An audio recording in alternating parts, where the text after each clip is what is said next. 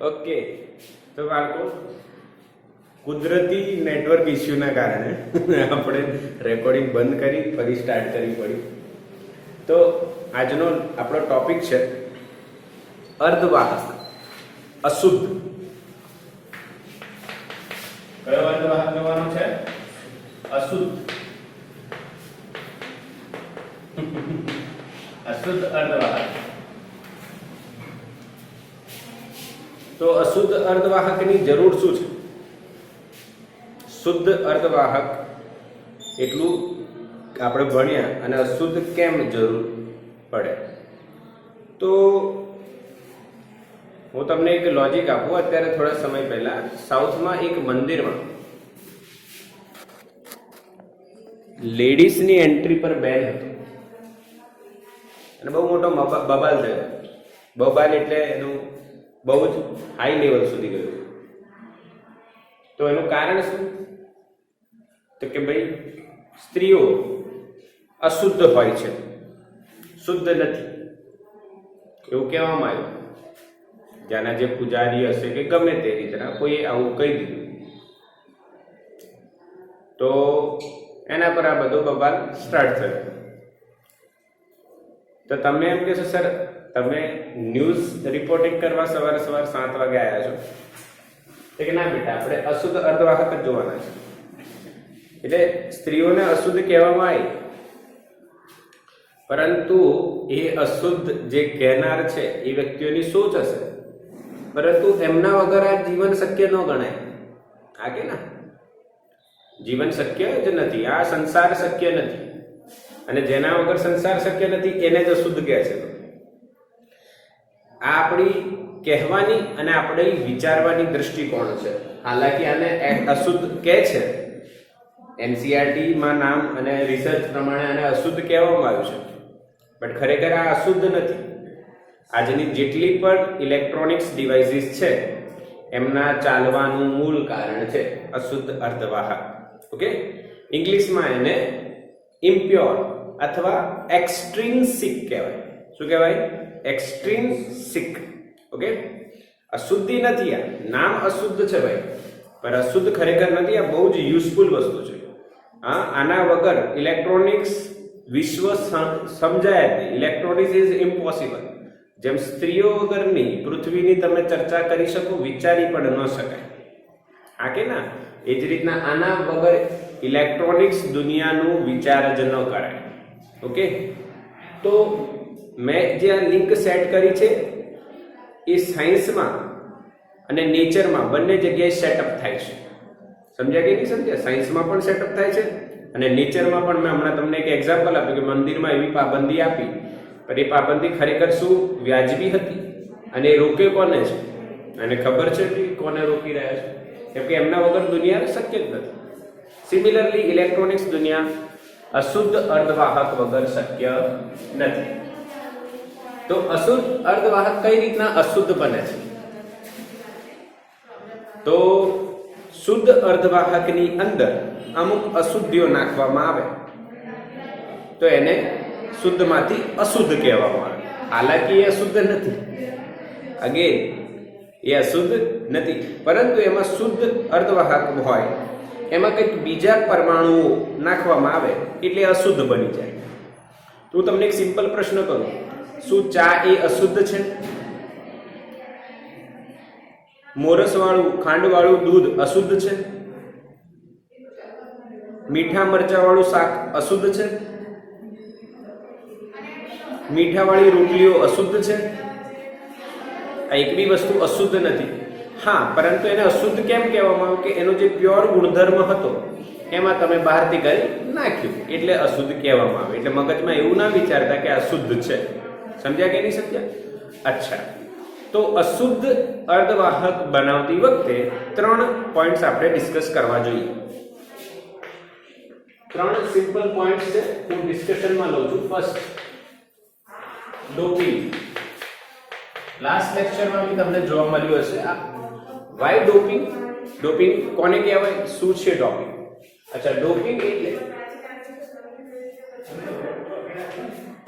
શુદ્ધ અર્ધવાહકમાં અશુદ્ધિ, પાછો અહીંયા તો જો યોગ્ય પ્રમાણમાં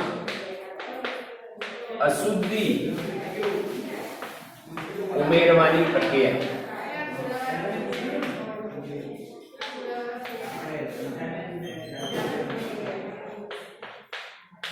સમજ પડે? શુદ્ધ અર્ધવાહકમાં અશુદ્ધિ ઉમેરવાની પ્રક્રિયા એને આપણે શું કહીશું? Doping. Second point, dopants. Dopants એટલે શું સમજો. ડોપેન્ટ્સ એટલે શું? બરાબર ભાઈ, જે તમે અશુદ્ધિ નાખો છો, ઉમેરવામાં આવતી અશુદ્ધિ, એને આપણે બેટા ડોપેન્ટ્સ કહીએ છીએ. સિમ્પલ. ડોપિંગ એટલે અશુદ્ધિ ઉમેરવાની પ્રક્રિયા. ઉમેરવામાં આવતી જે અશુદ્ધિ છે એને ડોપેન્ટ કહેવાય. એના બે પ્રકાર છે. કોના માટે બે પ્રકાર છે એ બી કહી દઉં ક્લિયર. અર્ધવાહક અને એમાં બી કયા? સિલિકોન એન્ડ જર્મેનિયમ માટે. જે ચોથા સમૂહના તત્વો છે એમની બાહ્યતમ કક્ષામાં કેટલા ઇલેક્ટ્રોન છે? 4. તો ભાઈ 4 શુદ્ધ કહીએ તો અશુદ્ધિ કઈ કહેવાય? માની લો આપણા હાથમાં કેટલી આંગળીઓ હોય? 4 હોય આંગળીઓ. કેટલી હોય? 4. અને એક અંગૂઠો. હવે તમે કોઈની સાથે હાથ મલાવો છો, માની લો અત્યારે કોરોના જતો રહે અને તમને હાથ મલાવવાનો મોકો મળે, માની લો રિતિક રોશન જોડે હાથ મલાવવાનો મોકો મળે, તો તમારે ધ્યાન રિતિક રોશન થી વધારે એના અંગૂઠા તરફ હશે. હા કે બધાને ખબર છે, કેમ કે એને 2 અંગૂઠા છે. તો નોર્મલી ભગવાને આપણને કેટલી વસ્તુઓ છે? 5. પરંતુ કોઈના હાથમાં 6 કે 4 હોય તો આપણને શું લાગે? શુદ્ધ કે અશુદ્ધ? અશુદ્ધ. પાકું? આપણને 2 પગ છે પણ કોઈને 1 પગ હોય તો આપણે એને વિકલાંગ કહીએ છીએ. અત્યારે મોદી સરકારે એનું નામ દિવ્યાંગ કરી દીધું છે. બરાબર? એટલે પોતાની જોવાની દ્રષ્ટિ છે, પરંતુ આપણા નેચર પ્રમાણે આપણી જોડે જે છે એના સિવાયનું તમે જુઓ તો એને અશુદ્ધ કહીએ છીએ આપણે. 5 હોય એની જગ્યાએ 6 દેખાય, 4 હોય એની જગ્યાએ 4 આંગળીઓની જગ્યાએ 5 આંગળીઓ હોય અથવા 3 આંગળીઓ હોય તો એને અશુદ્ધિ કહેવાય. ઓકે, એવું સમજવા માટે છે. તો સિલિકોન અને જર્મેનિયમ જેની વેલેન્સ ઇલેક્ટ્રોનની સંખ્યા આપણે 4 કહીએ તો એમાં અશુદ્ધિ કોણ હોઈ શકે? તો આ થયું ટેટ્રા વેલેન્ટ. એમાં અશુદ્ધિ હોય કાં તો ટ્રાઇવેલેન્ટ કાં તો પેન્ટાવેલેન્ટ. કઈ બે અશુદ્ધિ હોઈ શકે? ટ્રાઈ કાં તો પેન્ટા. ખબર પડી ગઈ? આ ટેટ્રાવેલેન્ટ છે 4, આ 3 વાળું આવ્યું અને આ 5 વાળું, એને અશુદ્ધિ કહે. એના વિશે પણ ડિટેલમાં જોઈશું. છેલ્લે આપણે જે વાત કરીએ પોઈન્ટની એને કહીએ છીએ આપણે ડોપ્ડ સેમિકન્ડક્ટર.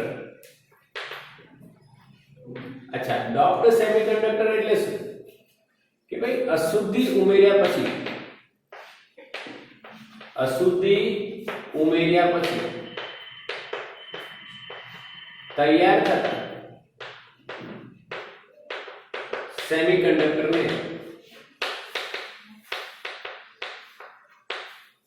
ડોપ્ડ સેમિકન્ડક્ટર કહેવાય. આગે ના યસ ઓર નો? સમજ પડી? Doping, dopants and dope. ફટાફટ સ્ક્રીનશોટ લઈ લો જલ્દી. આ સિમ્પલ ભાષામાં વાત કરી રહ્યા છે. ડોપિંગ, ડોપેન્ટ્સ અને ડોપ્ડ સેમિકન્ડક્ટર. એટલે અશુદ્ધ અર્ધવાહકની શરૂઆત એવી છે કે ભાઈ ડોપિંગ શું છે, ડોપેન્ટ શું છે અને ડોપ્ડ સેમિકન્ડક્ટર શું છે. ક્લિયર? સ્ક્રીનશોટ થઈ ગયું? ડન. ઓકે, હવે અશુદ્ધ અર્ધવાહક કેટલા પ્રમાણમાં અશુદ્ધિ એમાં ઉમેરી તો એ બી હું તમને કહી દઉં. ppm તમને આ ppm સાંભળવા ઘણી જગ્યાએ મળ્યું હશે, મને એવું લાગે છે. તમને નામ બી એનું ખબર જ હશે, પાર્ટ્સ પર મિલિયન. ભાઈ 1 મિલિયન એટલે 10⁶. મેગા અને મિલિયન હરખા, તો યાદ રાખી લેવાય. તો અશુદ્ધિનો પ્રમાણ કેટલું કે ભાઈ 10⁶ શુદ્ધ હોય તો 1 અશુદ્ધ. સમજ્યા કે નહીં સમજ્યા? 10⁶ શુદ્ધ તો 1 જ અશુદ્ધ. જેમ કે ઘઉંની રોટલીઓ તમે ખાધી હોય, તેમાં ઘઉંનો લોટ જો હોય છે એના પ્રમાણમાં અંદર જે મીઠું નાખવામાં આવે છે એનું પ્રમાણ વધારે હોય છે કે બહુ જ ઓછું હોય? બોલો, તમે જોયું છે? ન જોયું હોય છોકરાઓ ખાસ રસોડામાં જજો આજે બપોરે, અને મમ્મી રોટલી બનાવે ને ત્યારે જોવાનું, તો ઘઉંનો લોટ હોય વધારે અને એમાં આટલું જ મીઠું નાખે. કેમ? તો કે એટલું સફિશિયન્ટ છે. તમને એવું થાય કે સર 10⁶ શુદ્ધ અને 1 અશુદ્ધ, ભાઈ એટલું સફિશિયન્ટ હશે એટલે જ ને. સમજ્યા કે નહીં સમજ્યા? ઓકે, ચલો તો આ પણ વાત આપણી ક્લિયર. 1 ppm જેટલી અશુદ્ધિ નાખવાની.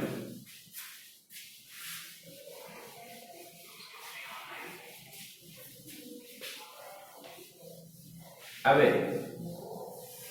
આગળની ચર્ચા કરીએ તો અશુદ્ધ અર્ધવાહકના 2 પ્રકાર બને છે. કેમ? તમે જોયું હમણાં, શુદ્ધમાંથી અશુદ્ધ બનાવવા માટે એમાં શું નાખવાનું? અશુદ્ધિ. અશુદ્ધિ નાખવાના પાછા 2 પ્રકાર રાખ્યા આપણે. કયા? એક ટ્રાઈ અને બીજી પેન્ટા. કેમ કે સિલિકોન જોડે કેટલી આંગળીઓ, કેટલા બાહ્ય કક્ષામાં ઇલેક્ટ્રોન? 4. તો તેને અશુદ્ધ તમે કઈ રીતના ગણશો? અશુદ્ધ તમે કઈ રીતના ગણશો? 4 4 આવે તો અશુદ્ધ થાય? હે કે ના? ના. શું હા? એટલે બધી વસ્તુમાં હા હા ના હોય, થોડું વિચારવાનું. 4 4 શુદ્ધ થયા, આ તો શુદ્ધ થયું ને, 4 4 બોન્ડ બની ગયા. માની લો આ 3 વાળું આવ્યું તો 3 બોન્ડ બન્યા, એક ખાલી રહી ગઈ. કયા બોન્ડ લે? હું બોન્ડ બોલું, જેમ્સ બોન્ડ નથી હો ભાઈ. બોન્ડ એટલે સહસંયોજક બંધ. હા, 3 થઈ ગયા, 3 3 જોડાઈમાં થઈ ગયા ભાઈ. હા, જોડીઓ બનાવતા તો આવડે ને આપણને. આ 3 આ 4, 3 ની બની ગઈ, 1 રહી ગયો. હા કે ના? અચ્છા, હવે માની લો 5 આવ્યા તો 4 4 બની ગઈ, આ 1 રહી ગયો. આના 4 અને આના 5 આ શુદ્ધ છે ભાઈ, આ શુદ્ધ છે. સિલિકોન, જર્મેનિયમ, આ 4 બરાબર, આના 5 આવ્યા તો 4 ભેગા થઈ ગયા. હા કે ના? તો 5મો રહી ગયો. એટલે આવું થાય. તો એના પ્રમાણે આના 2 પ્રકાર છે ભાઈ. ચલો સ્ટાર્ટ કરીએ. પહેલો પ્રકાર છે, કયો પ્રકાર છે? N. નટુભાઈ, હા કે ના? N પ્રકારનો અર્ધવાહક. આની આપણે ડિટેલિંગ કરીશું. હું તમને કમ્પેરિઝન બી બતાવી શકું છું બંનેમાં. ચલો ભાઈ, N પ્રકારનો અર્ધવાહકની શરૂઆત કરીએ. અચ્છા, N પ્રકારના અર્ધવાહકની શરૂઆત કરીએ. અચ્છા, લાઈવ ક્લાસમાં મેસેજ આવશે, મોબાઈલને ખસેડો. બેટા અહીંયાનું જોવા માટે એનો મોબાઈલ શું લેવા તને? આ કોણ હતો મેસેજ કરવાનો? હવે આ બેટા સેટિંગ થોડી આજે એવી જ છે. તમારા મોબાઈલ જ જોવાનું, તમારા બોર્ડ પર લખેલું જોવાનું છે. ઓકે, હા કે ના? સમજાય છે મારી વાત? Yes or no? ક્લિયર છે ને? હા, N પ્રકારનો અર્ધવાહક તમારે ધ્યાન અહીંયા હોવો જોઈએ. N પ્રકારનો જે અર્ધવાહક છે એમાં સૌથી પહેલી વાત આવે કે ભાઈ શુદ્ધ સિલિકોન જે હોય, કોણ છે ભૈયા? શુદ્ધ સિલિકોન ધરાવતો આ પરમાણુ, સિલિકોનના પરમાણુઓ ધરાવતા આપણે એક વાત કરીએ પદાર્થની, બરાબર? અર્ધવાહક, શુદ્ધ સિલિકોન. અચ્છા, હવે એમાં આપણે અશુદ્ધિ ઉમેરીએ. શું ઉમેરીશું? અશુદ્ધિ. એ અશુદ્ધિ કયા પ્રકારની હશે? તો એ અશુદ્ધિ જે છે એક એવું પરમાણુ હશે કે જેની જોડે કેટલા ઇલેક્ટ્રોન હશે? 5. કેટલા હશે? 5. સિલિકોનમાં કેટલા હોય? બાહ્યતમ કક્ષામાં 4. અને આ એવું ઉમેરવાનું જેની એની બાહ્યતમ કક્ષામાં કેટલા હોય? 5. તમને એક ચર્ચા એવી પણ મગજમાં આવશે કે સર 4 જોડે 5 વાળો અશુદ્ધ હોઈ શકે તો 6 વાળો બી અશુદ્ધ જ કહેવાય ને? બોલો કે હા કે ના? તમને પ્રશ્ન તો એવો થશે ને કે સર 4 માં 5 અશુદ્ધ તો 6 બી અશુદ્ધ જ કહેવાય ને? 6 વાળો નાખો ને. તો 6 વાળો નાખી તો દઈએ, પણ એની સંરચના જે છે પદાર્થની એ વિયર્ડ બની જાય, એ એક્સેપ્ટેબલ ન હોય, એટલે આવી ગોઠવણ. સમજ્યા કે નહીં સમજ્યા? ચાને તમારે ગળી કરવી હોય તો તમે એમાં મોરસની જગ્યાએ ગોળ પણ નાખી શકો. હા કે ના? ઘણી જગ્યાએ ગોળની ચા બી તમે જોઈ છે, પણ જે લોકો મોરસની ચા પીતા હોય એને ગોળની ચા અંદર એક્સેપ્ટ ના થાય. એટલે અશુદ્ધિ જે તમે નાખો છો એનાથી આની જે સંરચના છે એ સ્વીકાર્ય બને એવી હોવી જોઈએ. એટલે આપણે અશુદ્ધિનું પ્રમાણ એટલું જ રાખીએ. જેમ કે ખાવું સારું છે કે નહીં? ખરાબ છે? જમવાનું સારું હોય, સારું જમવાનું સારું જ હોય, હેલ્ધી હોય, ઘીની રોટલી હોય, શાક હોય, સરસ મસ્ત લીલું શાક હોય, બધું સારું છે. પરંતુ એ વધારે પ્રમાણમાં આરોગવામાં આવે, સમજ્યા કે નહીં સમજ્યા? તો અંદરની ગોઠવણ શું થાય? બદલાય, અને પછી અહીંયાથી નીકળે, બોડી વધતી જાય, ફૂલતા જાઓ મારી જેમ. હા કે ના? એટલે આ વસ્તુ સમજવાની વાત છે કે તમે 6 ધરાવતી અશુદ્ધિ કેમ ન ઉમેરી. સિમ્પલ. ઓકે, હવે અશુદ્ધિ તમે ઉમેરી તો એ કઈ ઉમેરાશે બેટા? તો ફિક્સ છે અહીંયા પેન્ટાવેલેન્ટ. અચ્છા, પેન્ટાવેલેન્ટ કોણ છે? પેન્ટાવેલેન્ટ ના ઉદાહરણ છે NPAS SB. ના પાટેકર, ઐશ્વર્યા સાથે બચ્ચન. તમારા ટીચરે તમારી કેમેસ્ટ્રીમાં બતાવ્યું હશે કંઈક, એટલે કંઈક શોર્ટકટ તો હશે. જે બી ટીચર જોડે તમે ભણ્યા છો એમણે આ શોર્ટકટ બતાવ્યું હશે. મેં પણ બતાવી દીધું, નાના પાટેકર, ઐશ્વર્યા સાથે બચ્ચન. ઠીક છે, તમે આ રીતના એને યાદ રાખી શકો. આ બધા પેન્ટાવેલેન્ટ છે ને અશુદ્ધિ આમાં ઉમેરવામાં આવે છે. ઉમેરતા શું થાય બેટા? આમાં અશુદ્ધિ ઉમેરતા શું થાય? તો અશુદ્ધિ ઉમેરતા આની સંરચના બદલાશે. કઈ રીતના થાય અહીંયા સમજવાનો ટ્રાય કરીએ. જો 1 2 3 4 5 6 7 8 અને 9 જે સ્ફટિકનો આકાર છે, જે 3D આપણે જોતા હતા એમાં 2D માં હું રિપ્રેઝન્ટ કરવાનો છું, એટલે સરળતાથી તમને સમજણ પડે. અચ્છા, શુદ્ધ હતો, યાદ કરો, શુદ્ધમાં બધે ચોગડો હતો. શુદ્ધમાં બધે મેં 4 લખ્યું હતું. આ થઈ ગયું શુદ્ધ. પહેલા હું શુદ્ધ બતાવીશ તમને, પછી અશુદ્ધ કઈ રીતના થયું એની વાત કરીશું. આ લીટીઓ શું દોરું છું બોલો? કેમિસ્ટ્રીમાં તો જોયું હશે ને. આ લીટીઓ શું કહેવાય? લીટીઓ છે બેટા સહસંયોજક બંધ. ઇલેક્ટ્રોનની ભાગીદારીથી બનતા બંધની વાત થઈ રહી છે. તો આ બધા જોડે 4 ઇલેક્ટ્રોન છે, તો આપણે ઇલેક્ટ્રોનની ભાગીદારી બી બતાવી દઈએ. અહીંયા એક ઇલેક્ટ્રોન, અહીંયા એક ઇલેક્ટ્રોન, અહીંયા એક ઇલેક્ટ્રોન, અહીંયા એક ઇલેક્ટ્રોન. કેટલા ઇલેક્ટ્રોન થયા? 4. આનો એક ઇલેક્ટ્રોન આની જોડે ભાગીદારી કરી, બરાબર? ક્લિયર? સિમિલરલી આનો એક ઇલેક્ટ્રોન કરશે, સિમિલરલી આનો એક ઇલેક્ટ્રોન કરશે, અને સિમિલરલી આનો એક ઇલેક્ટ્રોન કરશે.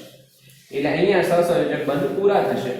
ક્લિયર? આના થઈ ગયા. હવે આમના બી આ રીતના ચાલશે. તો આનો ઇલેક્ટ્રોન ને આનો ઇલેક્ટ્રોન, ભાઈ આનો ઇલેક્ટ્રોન ને અહીંયા પાછું આ બાજુ બી હશે, પણ આપણે નથી બતાવતા. સમજી લેવું. સમજી ગયા કે નહીં? કે મારે હજુ ડિટેલમાં દોરવાની જરૂર છે? તો કે ના સર, સમજી ગયા. બોલો ક્લિયર? આ બતાવો, અશુદ્ધ કે શુદ્ધ? શુદ્ધ. શું છે આ? શુદ્ધ. કેમ શુદ્ધ? બધા 4 વાળા છે એટલે શુદ્ધ કહેવાય. હવે તમે એક પેન્ટાવેલેન્ટ અશુદ્ધિ ઉમેરો, એ તમે કોઈ બી લઈ શકો છો. ઉદાહરણ તરીકે આર્સેનિક. AS એટલે આર્સેનિક, આ એટલે નાઇટ્રોજન, B એટલે ફોસ્ફરસ, SB એટલે એન્ટીમની, અને AS એટલે આર્સેનિક. તો આપણે માની લો આર્સેનિક ઉમેર્યું, ત્યાં 4 ની જગ્યાએ કેટલા આવશે બેટા? 5 અને 1 ઇલેક્ટ્રોન એક્સ્ટ્રા. યસ, ખબર પડી. આને કહેવાય વધારાનો 5મો ઇલેક્ટ્રોન. ઓકે, બાકી બધા સહસંયોજક બંધ બનાવીને જોડાઈ ગયા છે, પણ આ એકલો અધૂરો રહી ગયો છે.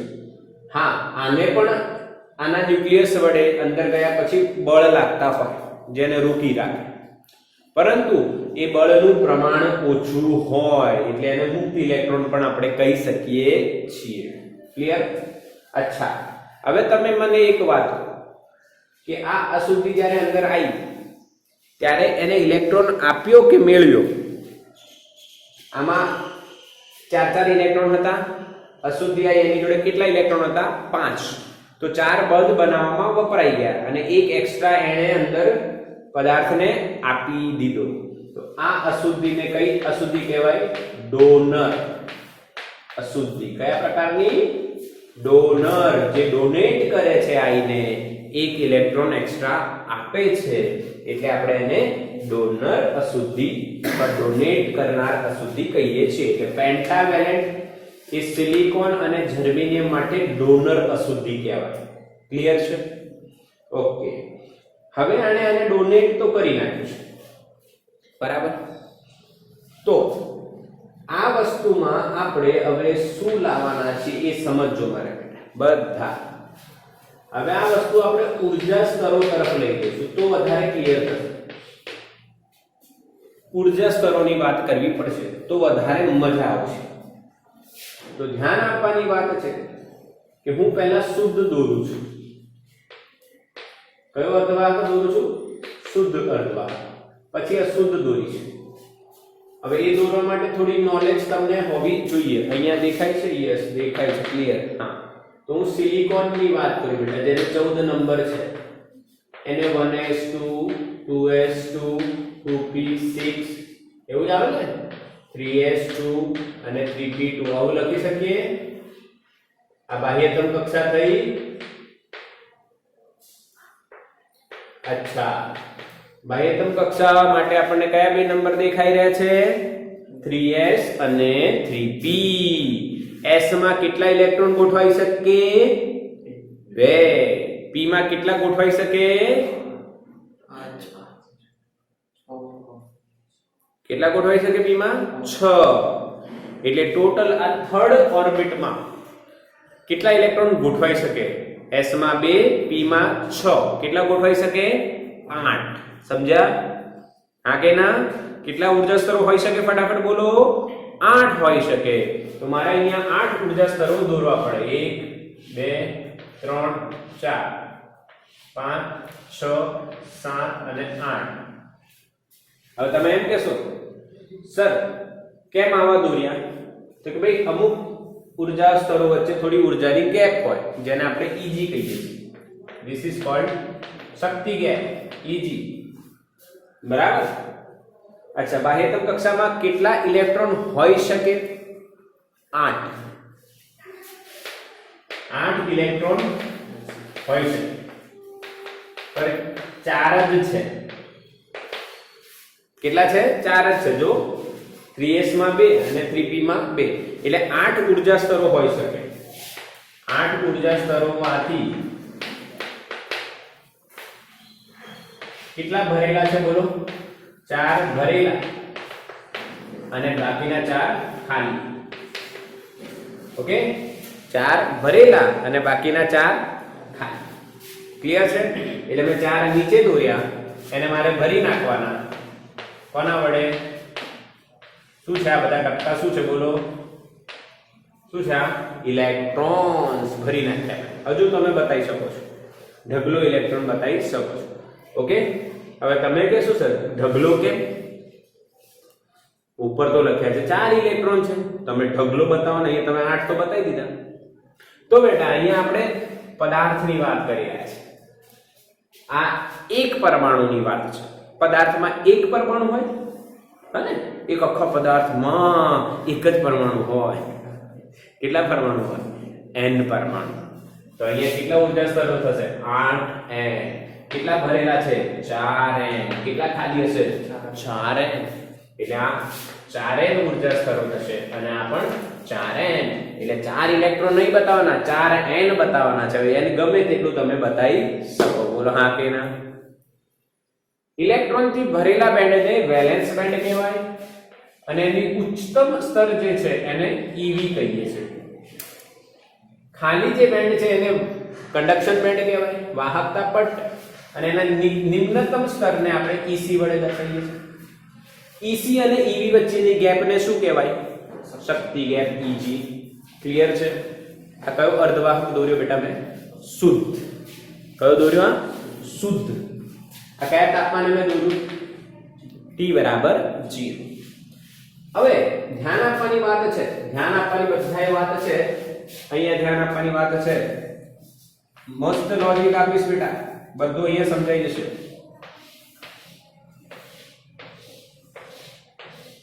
આ T બરાબર 300 કેલ્વિન રૂમ ટેમ્પરેચરની વાત કરીએ શુદ્ધ માટે કોના માટેની વાત ચાલી રહી છે શુદ્ધ માટે રૂમ ટેમ્પરેચરે શું થાય છે તો અહીંયા મેં બે ઇલેક્ટ્રોન બતાવ્યા બરાબર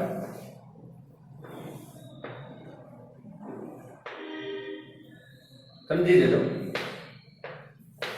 બે ઇલેક્ટ્રોન બતાવ્યા હવે શું થશે રૂમ ટેમ્પરેચર આવતા અમુક ઇલેક્ટ્રોન ઊર્જા મેળવશે અને કયા પટમાં જતા રહેશે વાહકતા કંડક્શન બેન્ડમાં જતા રહેશે કેટલા ગયા બે ઇલેક્ટ્રોન કેટલા હોલ બન્યા બે હોલ એટલે શુદ્ધ માટે મેં તમને લખાયું તો યાદ છે એની બરાબર શું થાય NH n એટલે શું સંખ્યા ઘનતા કોની સંખ્યા ઘનતા તો કે ઇલેક્ટ્રોનની અને હોલની તો શુદ્ધ માટે જેટલા ઇલેક્ટ્રોન મુક્ત થયા મુક્ત ઇલેક્ટ્રોનની વાત છે અને એટલા જ હોલ ક્રિએટ થશે આ હોલ આ ઇલેક્ટ્રોન ક્યાં હોય સહસંયોજક બંધમાં જો આ +4 આપણે કરી દઈએ તો આ હટી જશે એટલે સહસંયોજક બંધમાં જોડાયા હોય એક ઇલેક્ટ્રોન નીકળશે તો એક હોલ બનશે બીજો ઇલેક્ટ્રોન નીકળશે તો બીજો હોલ બનશે અત્યારે આપણે અશુદ્ધની વાત અહીંયા છે એટલે આને 5 ઇલેક્ટ્રોન આપણે બતાવી છે સમજણ પડી બોલો ક્લિયર તો આનો સ્ક્રીનશોટ લઈ લો હું ઊભો જ રહીશ રીઝન કે તમારે અત્યારે શુદ્ધનું સ્ક્રીનશોટ લેવાનું છે સાથે મારું બી લેજો બરાબર લેજો ફોટો પાડ ભાઈ પાડ વાંધો નહીં સ્ટેટસ મૂકી દેજો સ્ટેટસ મૂકી દેજો આજે બધા ઓકે ઓકે ઓકે મજાકની વાત છે આ શુદ્ધ અર્ધવાહકની વાત ચર્ચા ક્લિયર બિલકુલ હા મીટિંગ એન્ડ થશે તો રીજોઈન કરીશું ને બીજું શું કરીશું આપણે ચલો ક્લિયર એની બરાબર NH નું કારણ ખબર પડી શુદ્ધમાં એને NI પણ તમે કહો છો આ બધી ચર્ચા ખબર પડી ગઈ ને હવે ફરી નહીં કરું ઓકે હવે વાત કરીએ આપણે કોની N પ્રકારના કયો પ્રકારનો N પ્રકારનો અશુદ્ધ છે ને અશુદ્ધ છે હવે N પ્રકારના ઊર્જા સ્તરની વાત કરીશું તો N પ્રકારમાં શું થાય જો એક ઇલેક્ટ્રોન એક્સ્ટ્રા એટલે દરેક ઇલેક્ટ્રોનનું ઊર્જા સ્તર હોય પેલો જે એક્સ્ટ્રા આવે એનો બી હશે ને હા કે ના હવે એનો ઊર્જા સ્તર કયો કંડક્શન વાળો કે વેલેન્સ વાળો તો શીખજો લોજિક આપો આ કયો કહેવાય ડોનર કે એક્સેપ્ટર ડોનર તો માની લો કે તમે બહુ બધો પૈસો કમાઈ લીધો સારું ભણતર મેળવ્યું આગળ વધ્યા બહુ બધો પૈસો કમાઈ લીધો અને તમે દાન કરવા જાઓ છો તો કોને દાન આપો છો તો કે મુકેશ અંબાણી થાય આવું વિચાર હા સમજ્યા કે નહીં સમજ્યા જેમ કે હું ભણાવું છું હું બહુ સારું ફિઝિક્સ ભણાવું છું હું ફિઝિક્સ ભણાવવા જઈશ કોને તો કે HC વર્મા એવું થાય અશક્ય વસ્તુ છે હા કે ના એટલે તમે દાન કોને કરવા જશો જેની જોડે નહીં હોય એને જ આપશો ને ભિખારીને જ દાન થાય ને સમજ્યા કે નહીં સમજ્યા એવી રીતે ના આ ડોનર છે તો જેની જોડે ઇલેક્ટ્રોન છે એને ડોનેટ કરવા જશે કે જેની જોડે નથી એને ડોનેટ કરવા જશે ખબર પડે કે નહીં? એટલે ડોનરનો જે ઉર્જા સ્તર છે બેટા, ધ્યાન આપજો અહીંયા. થોડીક મોટી આકૃતિ લઈએ એટલે ફીલ આવશે મસ્ત. મારે થોડી મહેનત થશે પણ તમને ફીલ બરાબર આવી જશે. થોડી મોટી આકૃતિ.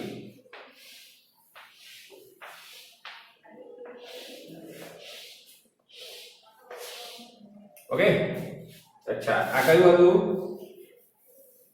તો કે બેલેન્સ. આ કયું? તો કે કન્ડક્શન. બરાબર, સમજજો મારી વાત, મજા આવશે. હવે અહીંયા ઇલેક્ટ્રોન ભરી નાખવાનો બરાબર. ભરી નાખીએ બરાબર. હવે ડોનરનું ઉર્જા સ્તર ક્યાં જશે? ક્યાં જશે? કન્ડક્શન જોડે. તો આને EC લખ્યું, તો આને શું લખીશું? ED. શું લખીશું? ED. ક્લિયર છે? હા કે ના? યસ ઓર નો? ચલો બેટા. ઓકે, સમજો. આ ડોનરનો ઉર્જા સ્તર કોની જોડે ગયો? કન્ડક્શન. ડોનેટ કરવા કોની જોડે જવાય? જેની જોડે ઇલેક્ટ્રોન ના હોય. જેની જોડે હોય એની જોડે થોડી ડોનેટ કરવા હોય. ક્લિયર લોજિક છે? અચ્છા, એટલે એનું ઉર્જા સ્તર સમજો. ડોનર, આ લોજિક, આ તો મેં એક લોજિક આપ્યો કે તમે યાદ રાખી શકો. બટ રિયાલિટી સાયન્સ શું છે? રિયાલિટી અહીંયા ફિઝિક્સ શું છે કે જો આના જે ઉર્જા સ્તરો હોય એ ન્યુક્લિયસ સાથે સહસંયોજક બંધોમાં બંધાયેલા હોય એટલે એના ઉર્જા સ્તર નીચે આવે. બરાબર કે નહીં? વેલેન્સમાં આ બંધાયેલું ઓછું હોય એટલે એનું ઉર્જા સ્તર નેગેટિવ એનર્જી ઓછી એટલે ઉપર જતું. સમજ્યા કે નહીં સમજ્યા? Yes or no? ફીલ થયું? હું શું કહું છું યાદ કરો તમે. બોર મોડલ અહીંયા -13.6 હતું, અહીંયા -3.4 હતું, અહીંયા -1.41 કે 5 જેવી હોય, અહીંયા -0.85 જેવી હોય. આ રીતના ઉપર જાઓ તો ઉર્જા ઘટતી જાય. હા કે ના? તો આ બેનો ડિફરન્સ ઓછો થતો જતો તો જો યાદ કરો. અહીંયા ડિફરન્સ કેવો થતો જતો તો? ઓછો. તો અહીંયા બી ડિફરન્સ બહુ ઓછો છે. અને ડોનર પણ ન્યુક્લિયસ સાથે કે સહસંયોજક બંધમાં બંધાયેલો નથી. બહુ જ ઓછું બળ એના પર લાગે છે એટલે એનું ઉર્જા સ્તર અહીંયા ઉપર બતાવવામાં આવે છે. આ રિયાલિટી. બીજી એક વાત, આનું જે છે ને ઉર્જા સ્તર કન્ટિન્યુઅસ ના આવે, ડિસકન્ટિન્યુઅસ આવે, ડેશ ડેશ જ આવે. અને એમાં એક એક ઇલેક્ટ્રોન હું બતાવું છું. જો ચોપડીમાં ના હોય તો ચિંતા કરતા નહીં. તમને પ્રશ્ન એવો થશે, સર ડેશ ડેશ કેમ બતાવ્યું? તો કે 1 ppm ને યાદ કરો. 1 ppm નો મતલબ શું? 10⁶ માં 1 અશુદ્ધિ. 10⁶. તો આ બધો કન્ટિન્યુઅસ છે કેમ કે +4 લગભગ બધે કન્ટિન્યુઅસ છે એટલે એમના ઉર્જા સ્તરો સળંગ આવે. પરંતુ જે +5 વાળો છે જે અશુદ્ધ છે એ કન્ટિન્યુઅસલી નથી. 10⁶ માં 1 જ છે એટલે આમના ઉર્જા સ્તર કટ કરીને આપણે બતાવવા પડે. સમજ્યા કે નહીં સમજ્યા? Okay, yes. અચ્છા, હવે આની બે વચ્ચે ઉર્જાનો જે ગેપ છે ને બેટા એ ધ્યાન રાખવા જેવું છે. એ 0.01 eV ના ક્રમનો હોય છે. આ કોના માટે? આના ક્રમનો હોય છે. જો જર્મેનિયમ અને સિલિકોન ની તમે વાત કરો ને તો જર્મેનિયમ માટે 0.01 eV અને સિલિકોન માટે 0.05 eV. જ્યારે આની સામે તમે Eg ની વાત કરો, કોની વાત કરો બેટા? Eg ની. એ Eg કેટલું હોય? સિલિકોન માટે 1.1 eV, જર્મેનિયમ માટે 0.72. તો હું જર્મેનિયમ નું લખું છું કે અહીંયા જર્મેનિયમ નું લખાયું છે તો અહીંયા આપણે જર્મેનિયમ માટે 0.72 eV. સમજ્યા કે નહીં સમજ્યા? આ કોની ગેપ છે ભાઈ? Ed and Ec. Any gap આટલી હોય. પર E વેલેન્સ અને E કન્ડક્શન વચ્ચેની ગેપ કેટલી હોય? તો કે જર્મેનિયમ માટે 0.72 અને સિલિકોન માટે 1.1 eV. સમજો છો? ફીલ થાય છે વાત? હા કે ના? તમારે જો બધું ગણવું ના હોય તો તમે એક જ ઉદાહરણ યાદ રાખો, સિલિકોન કાં તો જર્મેનિયમ. પર લોજિક બંને સમજવાનું કે કન્ડક્શન અને ડોનર વચ્ચેનો જે ગેપ છે 0.01 હોય અને કન્ડક્શન અને વેલેન્સ વચ્ચેનો ગેપ છે એ મોટો હોય. સમજ્યા કે નહીં સમજ્યા? ક્લિયર? આ કયા તાપમાને મેં દોર્યું? 0 કેલ્વિન. કયા તાપમાને મેં દોર્યું? 0 કેલ્વિન. કયા તાપમાને મેં દોર્યું? 0 કેલ્વિન. પાકો? હા કે ના? Yes or no? ક્લિયર છે? યસ. અચ્છા, હવે માન લો મેં તાપમાન વધારીને બેટા કરી દીધું 300 કેલ્વિન. તાપમાન વધારીને કેટલું કરી દીધું મેં? 300 કેલ્વિન. તો શું થશે? તો તાપમાન વધારતા સૂક્ષ્મ કણો જેવા કે ઇલેક્ટ્રોનને એક ઊર્જા મળે જે તમને પહેલેથી જ ખબર છે 3/2 ગતિ ઊર્જા. એનાથી ઇલેક્ટ્રોન વાઇબ્રેટ થવા લાગે. માની લો આપણે પીરિયડનો કલાકનો ટાઈમ છે, હવે કલાક વધી જાય તો તમે બી વાઇબ્રેટ થવા લાગો ધીરે ધીરે, એટલે મને ખબર પડે ટાઈમ થઈ ગયો લાગે. આખે ના સમજ્યા કે નહીં સમજ્યા? કે તાપમાન મગજનું વધી જાય કેટલું યાદ રાખવાનું, એવું છે. એવું સેમ અહીંયા છે, તમે તાપમાન વધારો એટલે ઊર્જા વધે, ગતિ ઊર્જા, ઇલેક્ટ્રોન વાઇબ્રેટ થવા માટે. સમજજો, જે ઇલેક્ટ્રોન Eg જેટલી એનર્જી મેળવશે એ વેલેન્સમાંથી ક્યાં જશે? કંડક્શનમાં. મારી વાત ફીલ થઈ? હેલો, સમજાય છે ને? જે ઇલેક્ટ્રોન વેલેન્સ બેન્ડમાં રહીને શક્તિ ગેપ જેટલી ઊર્જા મેળવશે એ ક્યાં જતો રહેશે? કંડક્શન. માની લો બે ઇલેક્ટ્રોન એવા થયા જેમને આ ઊર્જા મળી અને એ લોકો ક્યાં પહોંચી ગયા? કંડક્શન. તો અહીંયા ટપકા કેમ કર્યા? વેલેન્સ બેન્ડમાં રહેલા ઇલેક્ટ્રોન, એનો મતલબ સહસંયોજક બંધમાં રહેલા ઇલેક્ટ્રોન. સહસંયોજક બંધમાંથી એક ઇલેક્ટ્રોન નીકળે બેટા, અહીંયા શું બને? હોલ. યાદ આવ્યું? આ કે ના? એટલે મેં બે હોલ બનાયા. ક્લિયર છે? સહસંયોજક બંધમાં રહેલો ઇલેક્ટ્રોન જો બહાર નીકળશે તો શું બનાવશે? હોલ. પાક્કું. અચ્છા, તમારા મનમાં એક હજુ વિચાર હોવો જોઈએ કે જો વેલેન્સ બેન્ડના ઇલેક્ટ્રોન છે તો ડોનર બેન્ડમાં બી ઇલેક્ટ્રોન જ છે, તો આ ઇલેક્ટ્રોન ઊર્જા મેળવતા હશે તો આ બી મેળવતા હશે. પરંતુ અહીંયા જે ઊર્જા મેળવે છે ને એમનો કંડક્શન બેન્ડમાં જવાનો તફાવત છે એ Eg કરતા તો બહુ ઓછો છે. તો અહીંયા ખાલી 2 ગયા, તો અહીંયા તો 2 કરતા વધારે જઈ શકે. માની લો આગળ, માની લો આગળ, માની લો આગળ. ક્લિયર? માની લો આવી જતો બધાને કાઢ નાખો.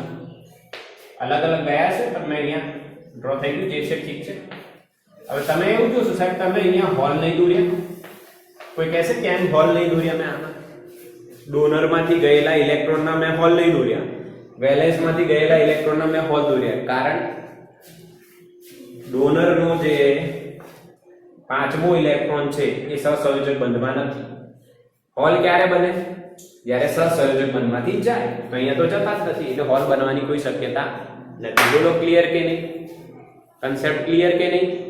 અચ્છા, હવે કન્સેપ્ટ તો તમારું બિલકુલ ક્લિયર થઈ ગયું છે. હવે અહીંયા તમે જોશો ગણો કંડક્શન બેન્ડમાં રહેલા જે છે એ બધા કયા ઇલેક્ટ્રોન કહેવાય? મુક્ત ઇલેક્ટ્રોન. એમની સંખ્યા ગણો 1 2 3 4 5 અને 6. 6. વેલેન્સ બેન્ડમાં જે ખાલી જગ્યા રહે એમને આપણે શું કહીએ છીએ? હોલ. કેટલા હોલ થયા? 2. સમજ્યા કે નહીં સમજ્યા? સમજ્યા મારી વાત? હા કે ના બેટા? ક્લિયર છે? યસ, બિલકુલ ક્લિયર છે. તો અહીંયા તમે જોશો કે ઇલેક્ટ્રોનની સંખ્યા ઘનતા એ હોલ કરતા વધારે છે.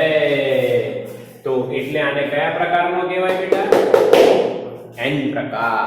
કયો પ્રકાર કહેવાય? n પ્રકાર. n પ્રકારમાં ઇલેક્ટ્રોનની સંખ્યા એ હોલ કરતા વધારે છે. જો અહીંયા 2 છે, અહીંયા 6 છે.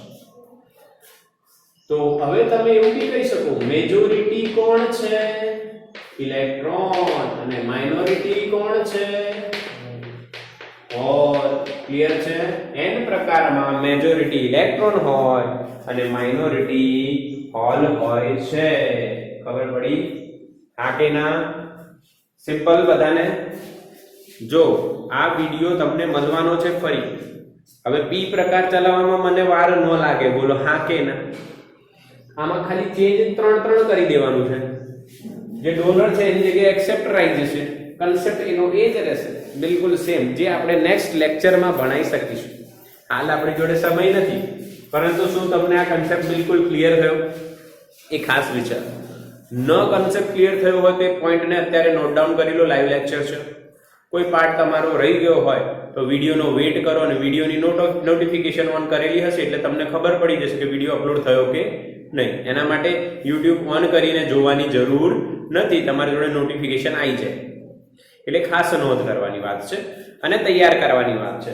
આજનો તમારો હોમવર્ક શું રહેશે? તો આ જે n પ્રકારનો અર્ધવાહક છે એ જ તમારો હોમવર્ક રહેશે. હવે કાલે છે સન્ડે. હવે સન્ડે આવે તો શું કરવું? પ્રશ્ન એવો આવે. તો સન્ડે આવે તો રિવિઝન કરવું. શું કરવું? રિવિઝન. અચ્છા, તમારો એક ટેસ્ટ થયો છે ચેપ્ટર 12 નો. હવે જે નેક્સ્ટ ટેસ્ટ આવવાનો છે આપણે એ ચેપ્ટર 13 નો આવશે, 13મા ચેપ્ટરનો. MCQ નું ગૂગલ ફોર્મ પર આપણે મૂકીએ છીએ, એ 13મા ચેપ્ટરનું આવશે. તો એની તૈયારી કઈ રીતના થશે? તો કાલે તમારે એના 50 MCQ સોલ્વ કરીને મને મોકલાવવાના રહેશે. આ કાલનું હોમવર્ક. સૂત્રોની તૈયારી કરો, કન્સેપ્ટ વાંચો અને 50 MCQ મને મોકલાવો. ઓકે, ચલો સ્ક્રીનશોટ લઈ લો.